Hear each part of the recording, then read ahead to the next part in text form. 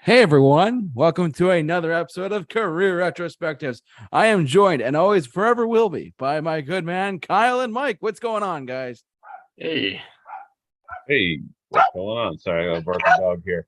We have a dog in the background on our stream tonight. Sure, Don't that's He's forgive not us, very everyone. excited Mike. about the album. I just had him listen to it, and I had to strap him down. I don't want to talk.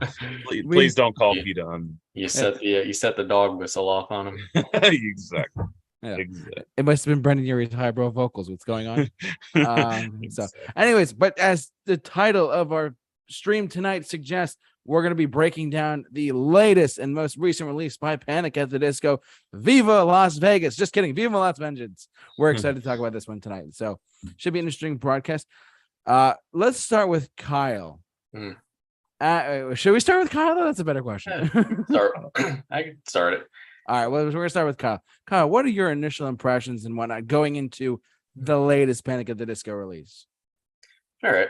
So going into this album for the first time, I had a certain set of expectations. Panic at the Disco is one of those bands for me that they've always, for the most part, put out really solid albums. So I have pretty high expectations for their music. Well, I guess Brendan's music. It's been him for the past decade now. This really, when the first single came out, I enjoyed it, but I was like, it's definitely different, but still enjoyable. Then the next single came out. I only listened to two singles before going into the album. I think that's all that was released. There may have been a third, but Viva Las Vengeance and Middle of a Breakup, both of them, I was like, yep, they're definitely playing with that like 70s rock vibe. I was into it. It was fun. And then the album came out, and honestly, first listen through, very disappointed. And it didn't get much better with subsequent listens. Probably listened to it in full 5 to 10 times over the past weekend just to see if anything would change, and it really didn't. If anything, there were some songs that I thought were worse upon more listens. I do really enjoy that he went a traditional recording route with this and recorded straight to tape instead of digital, and it really does show through. It has that vintage feel to it. It has that very much Queen inspired sound, which honestly I think it's to a fault at some points. You might as well have had Brian May play guitar on a handful of these songs. We'll get into it and talk about the track list, but I mean, he tried to make his own Bohemian Rhapsody here. I don't think it worked. And also, I just have a big problem with the vocals on it. I'm just going to say it. He has a great voice, but when you stay in one register, when you have such a versatile voice and you stay in nothing but your high register, it just gets so grating on the ears. And about halfway through, it starts to really actually bother me. Overall, it's a well-written album, and it's very well constructed, well played. I mean, no doubt he's talented, but it pretty disappointing for me. And I'll get more into it as we go on, but that's my initial reaction to it. Mike. Yeah, so that's kind of where I was sitting at it, with it. And actually, I was kind of I feel like in this day and age of music, I find myself more grateful for the acknowledgement of the past, like past styles like Queen. And I mean, Meatloaf is so over this, it's not even funny. I mean, has moments where Steely Dan, it sounds like the Police a little bit in one of the songs towards like the middle to end. You can tell it's just kind of a worship of kind of some of the past rock rock opera kind of stuff, and like it's a deviation from like kind of what's going on today with the kind of like beats and industrial electronic songs, which I totally appreciate, which makes me so grateful for albums like this. But then also I shift to like where Kyle was saying, is like my dude is doing some heavy lifting with his voice to a fault, and is causing me to like songs less because I hear the song, I just can't hear it past his mix and his kind of emphasis on just beating you to death with like his vocal ability and like, hey, look at me over here, look what I can do with my voice and how high I can go and how low I can go, and my dynamics are crazy, aren't they? And it's like, easy, bro, like we get it, like you got a dynamic voice and you can hit some notes, but like you're not like kind of letting the music shine and like your vocal ability kind of do its thing when it needs to. You're all over the place, really trying to kind of like grab the listener's attention, and it just kind of almost comes off overcompensating for a lot of the songs, songs and that are written into good songs and got great structure and whatnot. But it's just like, it kind of is just like, it's almost like too painfully attempting to just prove that he's like the next, like, I don't know, like Freddie Mercury or whatever he's trying to be. But yeah, it's just But coming back. I would argue that he doesn't like show the dynamics of his voice enough on this album in a way, because and Mike, I don't know if you listened to the albums or the songs I'm referring to here. I know me and JT, we discussed the Death of a Bachelor album months back. On that album, and then two specific songs, the title track Death of a Bachelor and Impossible Year, he does like crooner style vocals, and it sounds fantastic. I don't know, and everyone praised him for that. He doesn't do anything even remotely close to that on this one, and he just chooses to go all for the theatrics. I know he did like a stint on Broadway, and you can tell that definitely rubbed off on the sound here. But a big problem that I have is the theatrics, like also like taking the vocals away, just the backing vocals too. They're all over the place. There's so much going on that it makes it sound like muddied and messy a lot. And like you said, I agree with you completely about the vocals not giving the instrumentals a chance to shine here, because there are some songs that have actually really great, most of them have great instrumental backings to them. Probably some of the best instrumentals that Panic has had to date. But I can't get past his shrill voice on these songs. Like there are some songs that sound like he's, and I don't know if it's done on purpose, but there are some songs that sounds like he's actually straining his voice trying to go up so high, just trying to show like, hey, look what I can do. And it just bothers me. And I mean, I just have to mention here, are we going for every album where the comments are turned off? I mean, maybe I just thought maybe we were trying to do that, but every time we pick an album, the comments are turned off on the videos that they posted. Yeah, like I was just that. I know, and I was just like, I feel like, you know what, we should try to go for a streak. How many albums can we review where the comments are turned off? Well, I mean, like come on, boys, like one more and we'll get a free sandwich at Subway. I don't know, like, yeah, whatever it is. Like, yeah, like it's just, I feel like that just kind of speaks to the controversy, like you're saying, in something he's doing in these songs that are going to strike the general fan base with kind of some a little bit of annoyance, I guess you can say, or not happy with the result. Yeah, is it my turn now? I want to make sure I'm good. Yeah, it's your turn, bro. Okay. So I was going into this album, I was like, all right, I'm excited. He's back. It's been a long 4 years since, Pray for the Wicked, which I generally liked. I love Death of a Bachelor. I listened to that album a lot more than I thought I'd do. And because we talked about, Death of a Bachelor a couple weeks ago. Check that out on our YouTube channel. Check it out on our podcast. And we talked about that album. We talked about his vocals then in 2016? Yep. Yeah.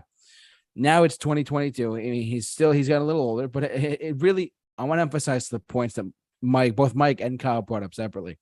His vocals, Mike, you awakened something tonight that I didn't even see before, which I'm very happy for you. You definitely, you said how, and I never thought of it like this until you just said it, because you're right. He is like, on this album, which I overall liked, For the more, it was it as good as Death of a Bachelor? Was it as good as their A Fever You Can't Sweat Out? I would not put it there in that conversation yet. I have to listen to it more to make a final like decision on that. But as far as like what Mike said just now, he said, and it hit me like a lightning bolt. I hate to say it like that, but it really did. You said something like, he said, you made the analogy of like, hey, it's saying, hey, look at me, I'm Brendan Urie of Panic at the Disco. I can hit all these high notes and whatnot too. I can do an album with tons of strings and tons of backing vocals. Given that he actually like did that, you're right though. It does kind of scream though, like, hey, look at me. I'm super talented. I can do that. That's what I got from you. What you were just saying, Mike. As far as like, hey, look, I'm back. I can do an album by myself again and have all these different elements to it. And you're right. To me, it was kind of screaming like, hey, look at me. I can do this. I can do an album like this kind of thing. And it definitely came out that way. But as far as an overall album goes, it didn't deliver as well as, in my opinion, it didn't deliver as well as like Death of a Bachelor or Prayer, or even Pray for the Wicked, which I liked a lot of the stuff on there, truthfully too. But nowhere near as much as Death of a Bachelor. But like this album was just a different vibe. It was a different feel. I mean, you're right, Kyle. I agree with your point. You could have just brought in Brian May and had him play the guitar for most of the tracks, because it was definitely a harken back to like Queen or Meatloaf. We talked about that for a second. But like as far as the actual like, I still liked what I heard overall. But would I go back to it in like a year or two? Maybe not. Probably not. Honestly, but I mean, you're right. Brian May could have just come and figured out every guitar solo on the song, on every song. Every song really truly does kind of sound the same. I mean, we'll get to our track listing in a second, but like the first couple songs actually I really liked a lot, and then as the album progressed, I was like, this is just very repetitive. It's the same thing over and over again, and I was kind of surprised at that myself. But that's just my overall take on the latest album. Let's jump over to the track listing and the overall Wikipedia page. And before we fully get into that, I also just want to bring up, while we're talking about like influences on the album here. Yeah, go ahead. Musically, 100% Queen, Meatloaf, that whole era of music. But my issue is he emulates those sounds very well. Mm-hmm. And he does like merge it a bit with more theatrical Broadway style things. But I would have to say where I fault him on it is both Freddie Mercury and Meatloaf, they have phenomenal voices, as does Brendan Urie, but they knew when to use it. Like not every Queen song is the high register of Bohemian Rhapsody, because it would get grating to listen to. Yes. Same thing, Meatloaf songs, same way. He knows how to use his voice, when to use the dynamics. And I'm not saying Brendan Urie doesn't know how to use his voice. He 100% does. I think that he just got a little swept away in people complimenting his high register online and, praising it for the past, few years. And just said, you know what, I'm just going to go for it. I'm just going to do this. And I don't know.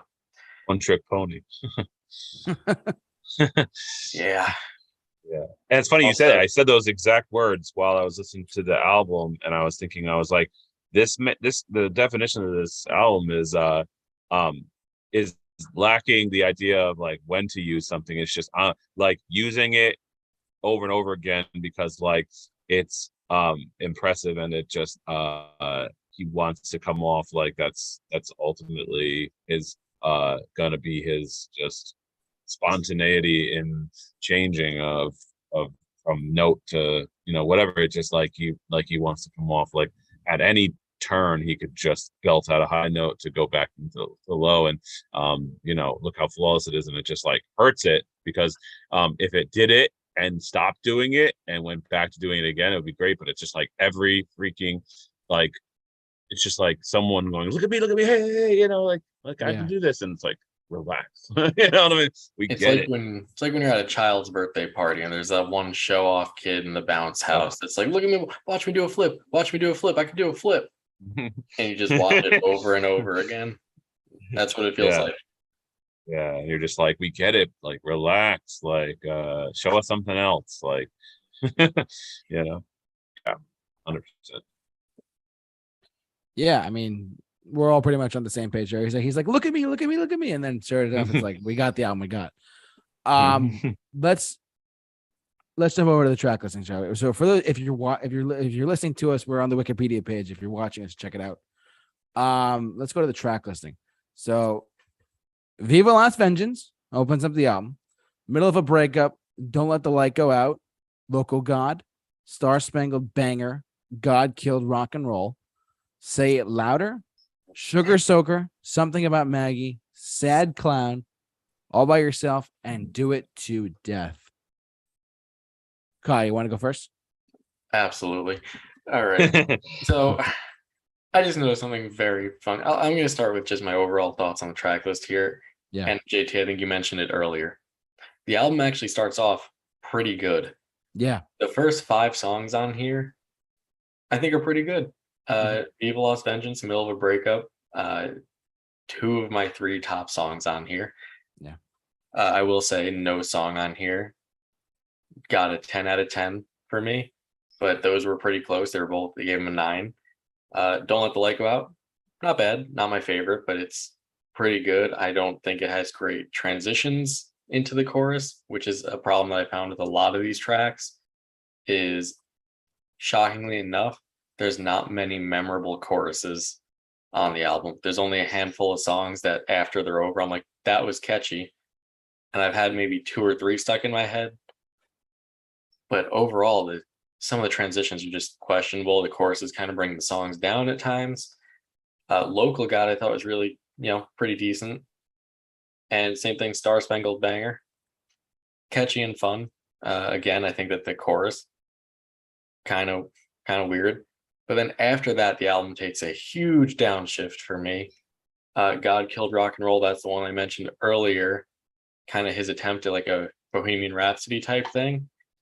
But the thing that made Bohemian Rhapsody so good was that it didn't feel rushed. It didn't feel its length. It's a long song. And it goes through all these different, motions and movements. And it does it well. This song, it just starts slow. And then all of a sudden out of nowhere, there's like an up-tempo fast part. And it just feels like messy mixed together. Not the biggest fan of that one. That's probably my least favorite on the album. Then really from there, it just stays at that I don't care for this album other than Sugar Soaker. Sugar Soaker, I really like. That's the other one in my top 3. And then again, it just goes right back to Something About Maggie is the last song in my bottom 3. Which is a shame because the first time I listened to it, I was like, wow, the lyrics on this one are actually pretty good. I like the message here. Which is something that another problem I have with the album is lyrically, it's not anything great. Usually his lyrics are pretty solid, but on here, I didn't find anything of substance for the most part. If anything, some of them I thought were actually pretty stupid lyrically. And then the more I listened to it, or initially I enjoyed that song, and the more I heard it, that was one of the songs that the more I heard, I was like, this song really annoys me. It just feels overly theatrical for no reason. He could have toned it down. But it is what it is. Sad Clown was okay. All By Yourself, another song that's really good. Until the annoying chorus kicks in. I don't know who, well, it was his idea, obviously. Why he thought it was a good idea to just repeat All By Yourself over and over for the chorus. It's grating, it's annoying, and it's a shame because it has my favorite lyric. The verses are actually decent, and it has my favorite lyric on the album, which was the if we could read the script of our future, we would never turn the page. When I heard that lyric in the first verse, I was like, oh, we're in for a good introspective song. And then it just threw that out the window at the chorus. And then wah, wah, wah. Yeah. And then Do It to Death was just, I can see it as the closing track, like a musical. It just didn't do much for me in general. I did start laughing a bit to myself when JT read when we pulled this up. Butch Walker, Say It Louder is my second least favorite on the album. And Butch Walker is one of the writers on that one. It is so rare that I have liked anything that Butch Walker has touched. And I'm not surprised to see him on that. So that just made me laugh a bit. I had no idea he was even involved in this album at all. But that's where I stand on it. I thought it actually had a pretty solid opening, but then just quickly took that downturn, and it quickly turned into, this is now a chore to listen to. It just became so repetitive. Almost every song sounds the same. It sounds messy. It's complex for the sake of being theatrical, Broadway. It's objectively good. I will say that. It's objectively well written. No denying it. There's definitely a lot of thought put into it. I think if you're a fan of Broadway musicals, you're gonna like these songs. Jazz hands. You're a fan of jazz hands. I am not one of those people. I am not a Broadway musical fan for the most part. So this one most of these songs didn't do it for me. Right. Mike, you're up. All right. As always, my good man Kyle and me are completely opposite. I mean, if it was completely aligned, I would cut the stream.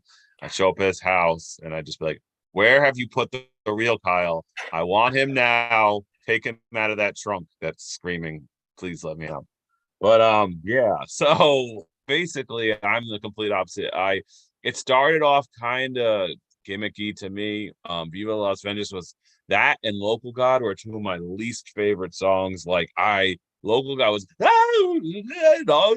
like it just feels like he's kind of like a radio station being tuned, like it's like, dude, find a place in this song where you're gonna find some consistency and please stay there, which is why I liked Say It Louder and Sugar Soaker, because they were straightforward, as well as Don't Let the Light Go Out. They kind of Don't Let the Light Go Out, literally just he sings a song without trying to do this, like trying to like impress you with these notes. He's just singing the song. Mm-hmm. And then it has like a nice orchestra in the background, which kind of follows the song. And I really enjoy that kind of subtlety. Subtlety is the word, kids. Yep. In this album, that it lacks subtlety and like kind of a gentle kind of direction, which can find its high dynamic and its high pitched vocals, which when need to be done come off great, but he unfortunately cannot find that perfect balance. And yeah, that's the one area that I actually enjoyed. And then Local God, Star Spangled Banger was very gimmicky, lyrically. I'm 100% with you, Kyle. It just makes you feel very kind of like he's just dumbing down a lot of things and just just kind of like trying to recapture, I think, some of the youthful kind of just fun that that he wants to get in this album. And but then like I said, like Say It Louder, Sugar Soaker, and then Something About Maggie was great until he once again beats you up with that vocal, and that's the problem. It's like it had so much potential, but it just, as soon as he starts like doing these crazy notes, it's almost secondhand embarrassing, that like I'm just like, I don't want to have you ruin this kind of song that has its potential with just those kinds of dynamics. And then and to be honest, same, I'm with you, Kyle, at the end, it's just like 3 songs you could have just literally, they're just so forgettable. I'm a sad clown. I'm Brandon Urie. Like, I mean, what? Like, I don't want to hear like those last songs, and they just kind of did nothing for me. Say It Louder actually was one of the songs, and it's funny you mentioned Butch Walker. Like, in that song, actually, to me, it was like almost achieving a higher, like one of the higher ratings for the album, but it just fell flat on its face towards like the end. It started off good, like a good vibe, Like I like that cool vibe. It almost felt like the Police a little bit. That's the song I was referencing earlier when we weren't streaming but talking amongst each other. It had a very Police feel to it, and then it kind of just goes off in this. Once again, the vocals are make or break, and I think that's my emphasis here. The songs are great, but then the vocals break it, and it's unfortunate because it's like I would like to hear this album again with somebody doing like their own rendition of it, and kind of changing it up. It would be kind of cool. Like it might. I mean, it wouldn't like propel it into stardom or anything, but it would help ease some of the damage done by this over vocalization of like kind of look at me, I'm Brendan Urie, and I'm the best, and you're gonna love this. So it's like yeah, I mean that's generally how I was feeling about it. Like I said, I know I forgot to mention with you guys, like mention our least favorite song, Local God, was our least favorite, and then God Killed Rock and Roll had so much potential. I really liked the chorus, but that's all I liked. I liked that chorus, but kind of the beginning and the kind of the end were like take it or leave it. That God Killed Rock and Roll chorus was kind of cool. Almost reminded me of Weezer, kind of strangely enough. I don't know if that, I don't know if any of you guys have picked that up, but it almost reminded me of like Weezer, and which is cool, but once again, not what I bargained for or what I looking for in this album. And like it's just weird how we're always kind of like on a different, and which is awesome. I love how we can all have a different it's so funny to me that you mentioned that God Killed Rock and Roll, that the chorus was your favorite part. This chorus is my least favorite part. I actually didn't mind like the first verse in the intro because he was doing his like normal singing voice. He wasn't doing that high pitch thing. Then the chorus just kind of ruined it. Also, one thing I'm surprised you didn't. I thought you would like Sad Clown a bit more, to be honest, Mike, because there was the backing vocals in that specific song reminded me of ELO. Oh, okay. Quite a bit in that one. I actually wrote for the notes that you either love the things these vocals are bringing, or you find them overwhelming, and that's literally how I felt during that song. And like I do admit, he had those effects in it that gave me a feeling in this album that he was trying to kind of touch on a couple different time periods, like Don't Let the Light Go Out reminds me of kind of like a doo-wop kind of like 50s kind of song. And then he's got like the Star Spangled Banner, which kind of has like a more of the rock kind of it's just like it seems like it's just changing in time period. 70s, it could give a 70s vibe, and then like it just kind of seems like he's trying to, and if you watch the video for Viva Las Vengeance, it's parodying like the Elvis kind of 50s feeling, which he's got through this whole on and off through this whole album. So it's kind of like like I like those kinds of backing vocals and things like that, but overall that was a song that I just felt like the vocals kind of didn't do it justice, like the main vocals, not the backing vocals. All right.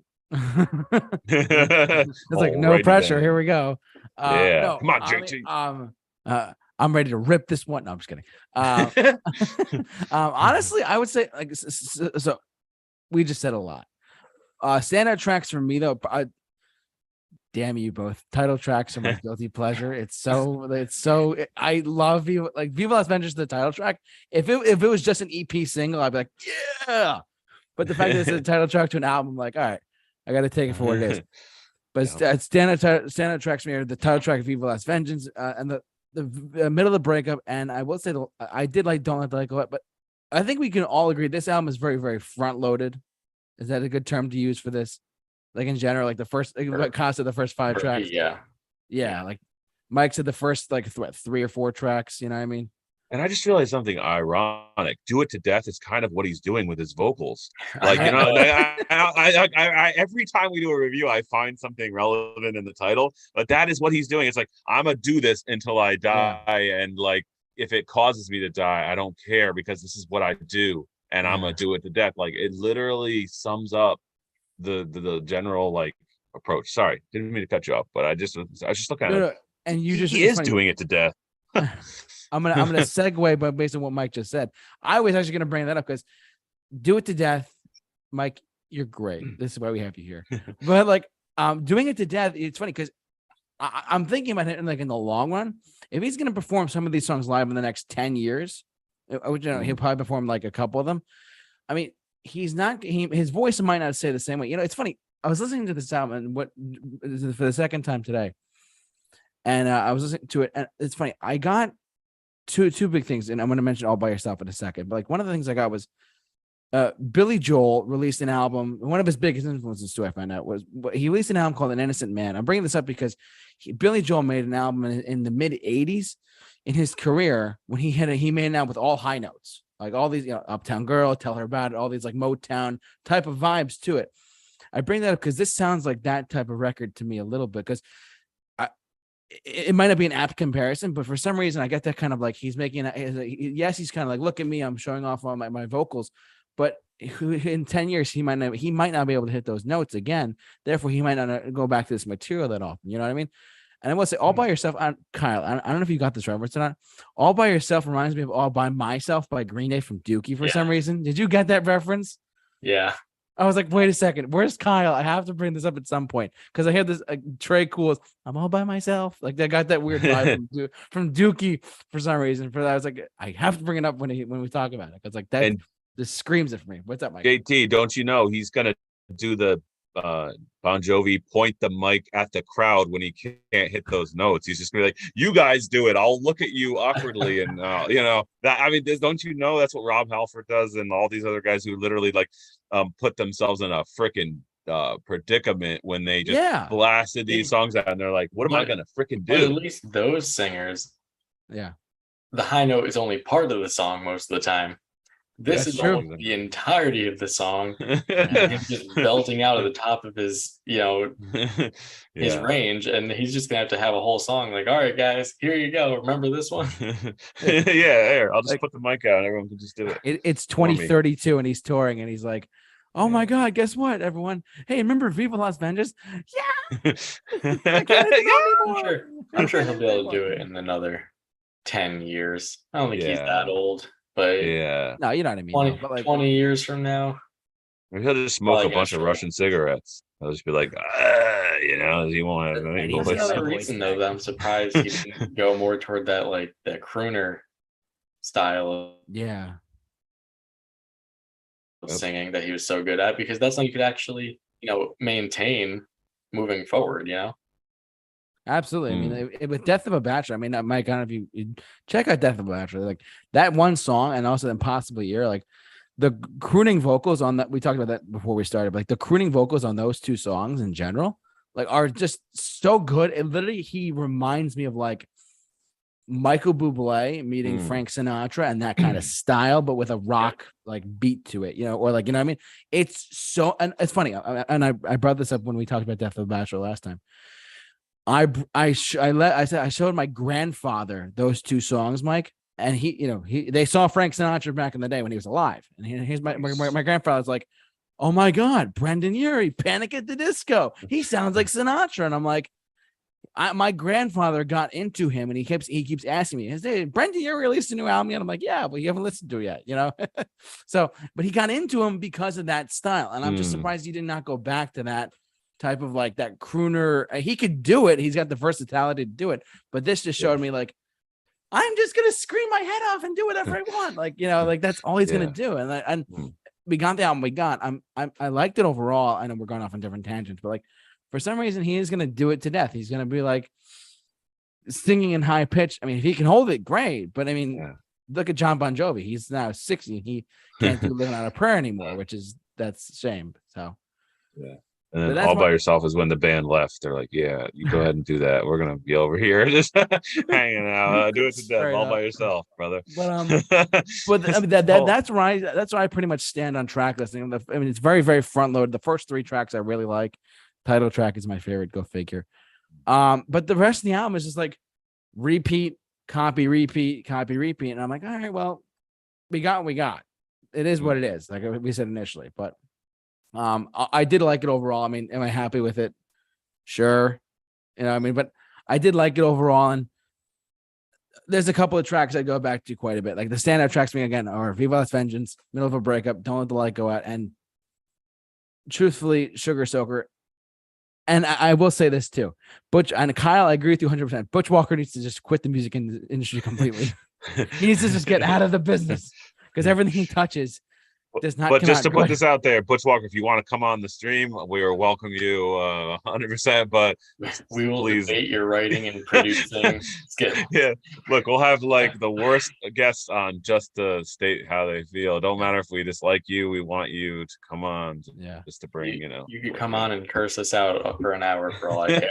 Yes, exactly. Yeah. But I will one more thing I want to touch on before we gotta wrap up our initial closing thoughts and whatnot. But I applaud him though for having no more than a max of like 3 or 4 writers, or maybe 5. Sad Clown, whatever it was, like or 6. I applaud him for at least sticking through an album and having him, Jake Sinclair, and Mike Viola for the most part. I really do appreciate the fact that it was just. I mean, the songs are the songs, but I appreciate him being like, look, I'm going to stick it out and I'm going to do all the composition, the arrangements, and I applaud him for having at least 2 other people and not like Jordy, where there's 30 people on one song. That's just stupid, and you shouldn't do that. I'm really applaud him for actually just sticking to just 2 or 3 other people. And actually, it's funny. Eric Carmen, who did like some other stuff too, is one of the co-writers of All By Yourself. I found out, which is pretty cool. So, is he the same guy who had Hungry Eyes? Am I thinking of that? No, he was in the Raspberries. It says he was in the Raspberries, but that's cool that he got that guy to do it, which is it's nice, but that's my thoughts on the track list. And a couple standout tracks for Viva Las Vengeance, Middle of a Breakup, and Don't Let the Light Go Out. Very, very front loaded. The rest of the album is kind of like whatever, but yeah, that's my initial track listing stuff. So that's what I got. Are we all set to close up, or any other concluding thoughts and ratings? What do we got? Who wants to go first? I'll go. All right, here we go. For my rating on this one, I had to look at it. I kind of have 2 different ratings here, because when listening to it, I realized this was a weird album for me in a way, because the best songs on here are the ones that sound like the ones I liked are the ones that sound like standalone songs, and they don't feel like they have to be part of like a big musical or something, which is the feel I got from most of these. Like if he wanted to say, and maybe he hasn't, I missed it or something, but I doubt it. If he wanted to say this is a concept album, we're gonna make a musical out of this, I could see that. I could be like, yep, you could probably do that, and it would work pretty well, like some visuals and like a Broadway-esque style thing. But I had to look at it in terms of I don't really care for that sound. So for me, like my personal enjoyment of this album, I'd have to give it about a 2 out of 5. But when I look at it objectively, they are very well written songs. There's no doubt about that. He's talented. He has a great voice. Other than like the lyrics, the instrumentals on here are some of the best in any Panic! At the Disco songs. The production is great. It has a great vintage sound to it. Objectively, it's good. So I kind of have to take that into consideration as well as my personal feelings towards it. It's by far my least favorite Panic! At the Disco album. I don't see myself coming back to it very often outside of maybe 3 or 4 songs. So my final rating for it, I gotta go with 3.5 out of 5. All right, 3.5 out of 5 from Kyle. Mike, what do you got? I mean, that just blew my mind, man. I thought for sure you were going to be in the high, like 4.5 out of 5, Kyle. Like I had you penned in, bro. And like, it's funny, as you become more of a like harder critic, it's funny, I align more with you, but we're still on the opposite end of the spectrum of our song. So it's almost like, yeah, I hated this album more, but I loved everything you hit, so it's kind of like cool. Like it's almost like we're proceeding in the same direction, just appreciating the points of the album that are the other dislikes. So it's kind of interesting, which I kind of like. I still want to offer this challenge to the stream. We need a perfect 10 album that everybody loves. I know this is like Kyle and I have been trying to find this as I hand him like I hand him Yellows out of the blue, and he was like, "Yeah, it's good, but I'm just not a 10." And I'm like, "But that's a 10 to me." And then he shows me his 10, and I'm just like, it's a yeah, I have the same kind of thing. So that's our challenge after this. Let's get a 10 out of 10 and see if we can come up with something that we can all be like, we love this. It's besides obviously a classic album that is like in the mainstream and known by all kinds of people as a 10. Like that's too easy. Like maybe an underrated 10 or a uncovered gem. But yeah, for me, kind of following suit here. I'm at the advantage of not having any previous history with this band. Obviously besides the one or two songs that I heard throughout, just like wherever I was hearing the song. I never actually picked up an album. I never actually listened to this like habitually. It's always been like because I hear it on a commercial or hear it on somewhere at a house party or whatever. It's never been like emo night, or like a bar, someone's doing a karaoke thing, or God knows, like someone wants to suicide and try to do his vocals, like that would be an ugly situation. But whoever wants to do it, go for it. Like that, and the same thing with the last album. I have no previous experience, which kind of gives me the ability to be higher on the rating than I normally would be. So for this, I got to go 3 out of 5. There are some songs, to be honest with you, I put in on my list. I said had potential, but vocals ruined it. Like something about Maggie could have been great if it like the chorus was great. The vocals just like beat me to death on that. God Killed Rock and Roll, another one that I was iffy on. Say It Louder, Sugar Soaker, and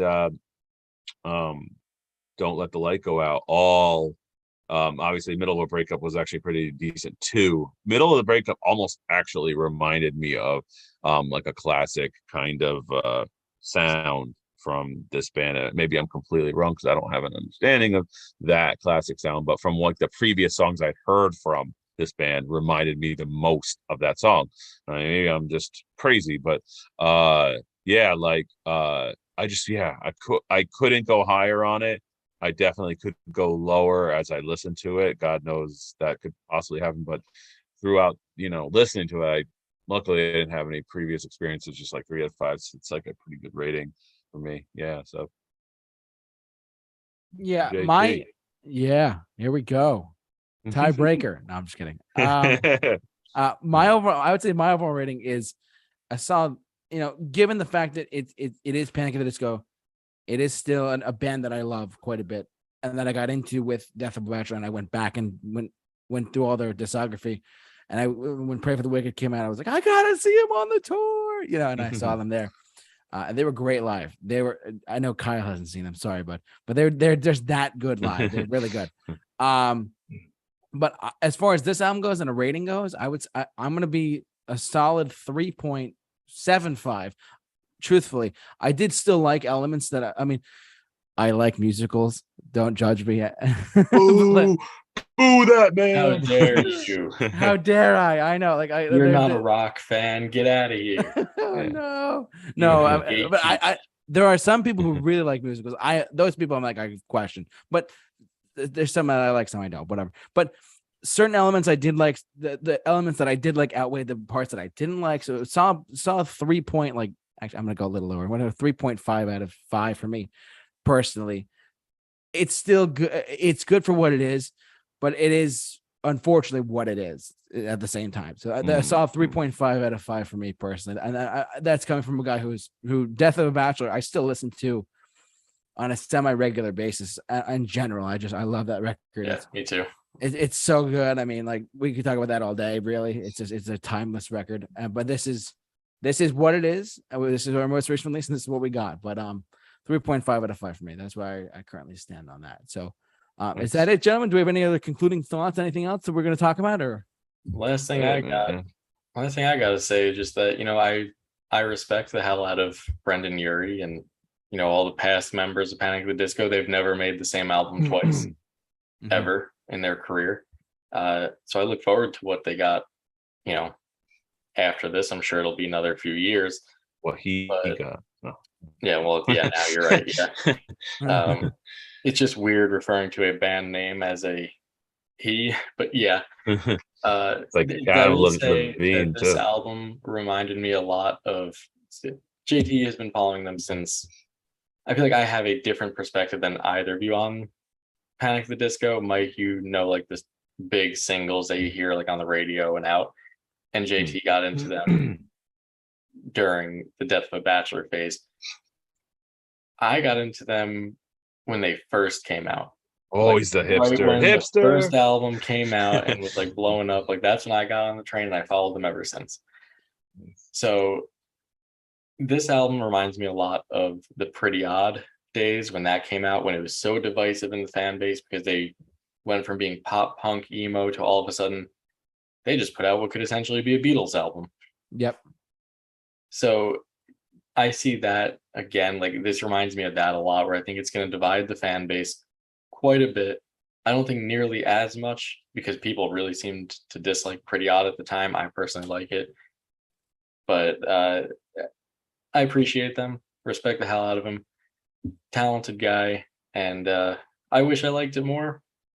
I will say though, I definitely recommend checking the album out if you are a fan of musicals, specifically if you're happen to be in that niche of being a musical fan and a Panic at the Disco fan. You'll probably get a lot more enjoyment out of this than I did. If you like heavy metal with theatrical stuff, check out Heavenly's album. They're the most I have to check that out.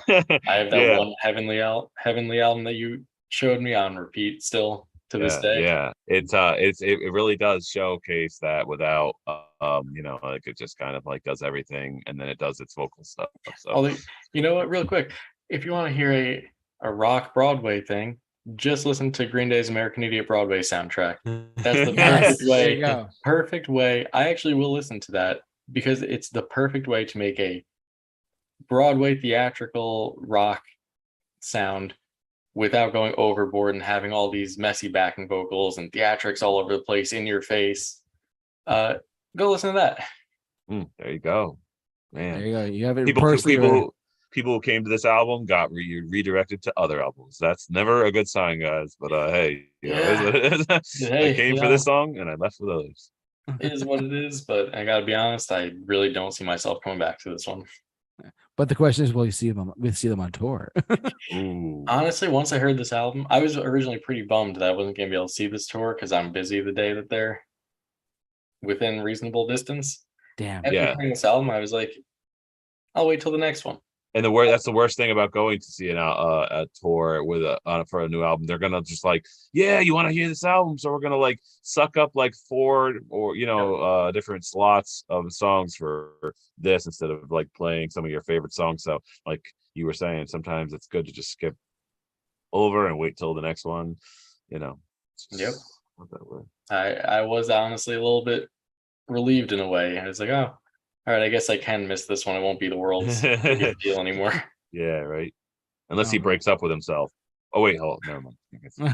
Maybe he'll go fully solo. I'm not doing it anymore, me. Inner conflicts coming out. I can't do this. Yes, I can't do this. Yes, you can. You're panicking at the disco. I know. I'm panicking. He's in the middle of his own breakup. You're the voice of the band. Be the sad clown. Well, on that note, ladies and gentlemen, we have reached a verdict on what we decide, but ultimately it's what you guys have to say. Jump down in the comment section below, share your thoughts on this, share this video as well, listen to us on podcasts as well. We want to thank the 2 gentlemen for joining me as always. Kyle, thank you so much for your input. You're a lifelong Panic fan. Thank you so much. Of course. And Mike, ripping apart stuff left and right as far as his ratings goes. Just kidding.